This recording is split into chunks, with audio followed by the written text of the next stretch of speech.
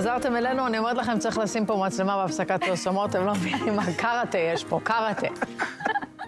ענף הבנייה בישראל עומד בפני משבר חמור, אולי החמור בתולדותיו, המלחמה שהביאה להגבלות על כניסתם של עובדים פלסטינים, השאירה אתרי בנייה שוממים, עיכבה, זה לטובה, לא לדאוג, עיכבה פרויקטים קריטיים והעלתה את מחירי הדיור. הקבלנים נאבקים למצוא פתרונות, אחד הפתרונות הוא גיוס עובדים זרים, איתנו מאי זיאשוש, סמנכ"לית שיווק בתאגיד אבישג כוח זר בע"מ. בוקר טוב. טוב. אולי תספרי לנו קודם מה זה התאגיד הזה, אבישג כוח זר? אבישג כוח זר הוא בעצם תאגיד של עובדים זרים, מספקים עובדים זרים לענף הבנייה. אנחנו עובדים בכל רחבי הארץ, יודעים לתת מענה מהצפון עד הדרום. מעל 1,000 עובדים עברו אצלנו. ואולי תספרי לי איך התהליך הזה בעצם עובד, איך מגייסים עובדים זרים? התהליך בעצם הוא בצורה מאוד אישית. אנחנו קודם כל מקבלים מהקבלן את הצרכים שלו, עוברים איתו את המקצועות שהוא צריך, את הכמות עובדים ואת הזמינות. ברגע שמגיעים העובדים, התהליך גם ממשיך, שאנחנו איתו בכל התהליך, שזה עובר כמו שצריך. זאת אומרת שהעובד מוצלח לצורך העניין? העובדים מוצלחים, עושים שם ביקורים, צוותים שלנו מטיילים באתרים. כל העניין הוא שזה לא יהיה רק פרויקט אחד, שזה יהיה בעצם עתידי, וייתן את המענה. שעוד ידיים... אתם לבחור אותם שם? אנחנו עכשיו הכנסנו גם את העניין הזה, שבעצם הקבלן בא איתנו, נציג ממנו, וממש בוחרים, עוברים מבחנים, מכשירים אותם, ובונים צוות. לראות שהם מתאימים. וואי, מדהים. ככה. כן. בוא'נה, זה מהפכני. מאוד. ומאיפה העובדים מגיעים?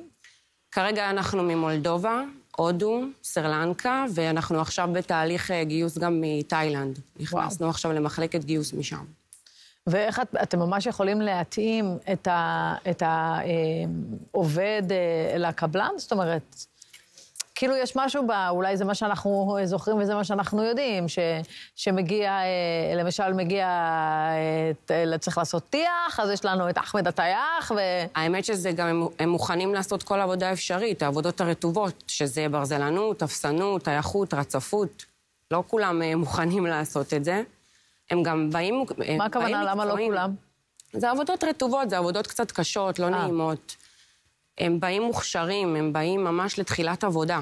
גם הם נמצאים כל עובד היום כמעט 5 שנים בארץ, אז תחשבי שגם אם מכשירים אותם, זה לא הולך להם לאיבוד. נכון. בונים להם צוות לאורך כל הדרך, והם מבינים שזה העולם הבא, העובדים הזרים. ואיך הקבלנים מגיבים אליכם? בהתחלה היה קצת חשש. מה, מאיפה תביא לי?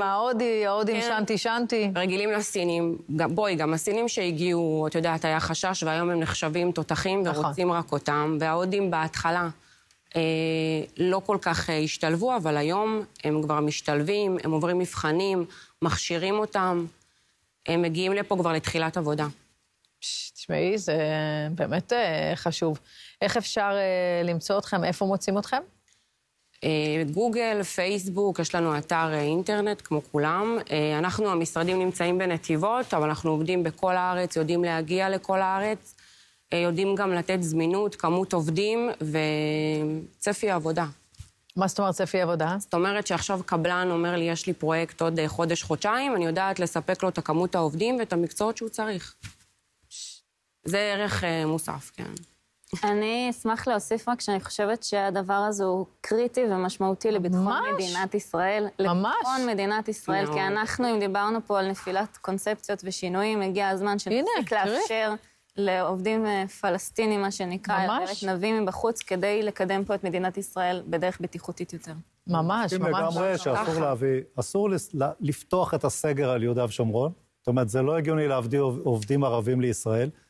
מצד שני, הפתרון הוא לא שאנחנו נביא עובדים ממולדובה, שהם יישארו אצלנו. הפתרון הוא שלא צריך להתעסק בכוח עבודה זול, צריך להכניס טכנולוגיות.